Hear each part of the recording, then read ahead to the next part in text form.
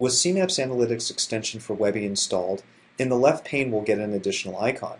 If this particular Webi document has not been configured for a GeoAnalytics view, it will indicate so.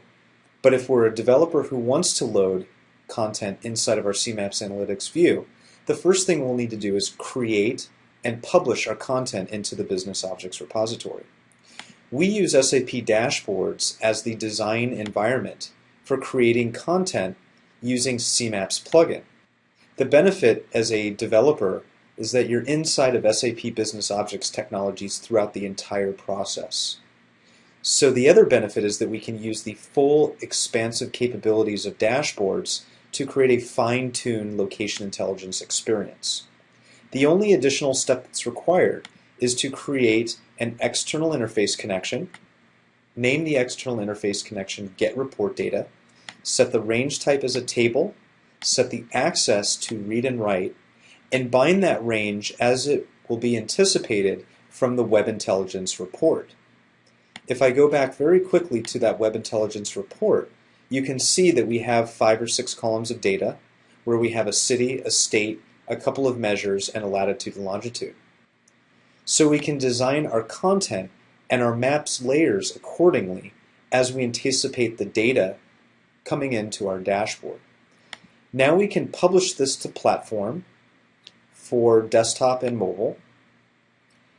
And now we can go in back to SAP Business Objects and load this content directly inside of our Webi document. To do so, first we need to go to our repository, find the SAP Dashboards content, view the properties, and obtain the ID for this dashboard. Then we can go back to our dashboard, go into design mode, and now within design mode there's only a couple steps required. We go to our objects and we need to create 2 new variables. The first variable is called CMaps params. These are parameters that we need to define, specifically our iDoc ID, which we defined earlier, which we pulled directly from the repository, which will tell CMaps Analytics extension what content to load in our pane on the left side. And now if I go back to design mode, the CMaps Analytics extension will automatically load the content directly out of our repository. The problem, however, is that we don't see any content in the map. It's blank. We need to wire this extension up so that we'll pass data from Webi directly into the map. Now we need to create our second variable. This one is called Report Element ID.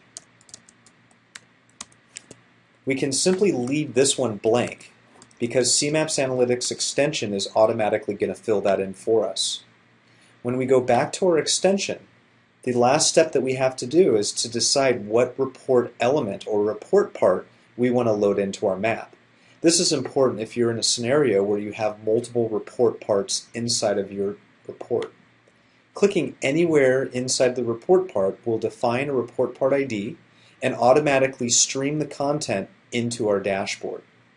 We can click Save so that when an end user is to read and open this particular report, it will automatically render the content full window and start streaming the data directly into our report part and start streaming the data directly into our dashboard and map so that as we make changes to the content, whether it be parameters, filters, or drilling, it will automatically update the content of our map so that end users can interact and visualize it in new ways.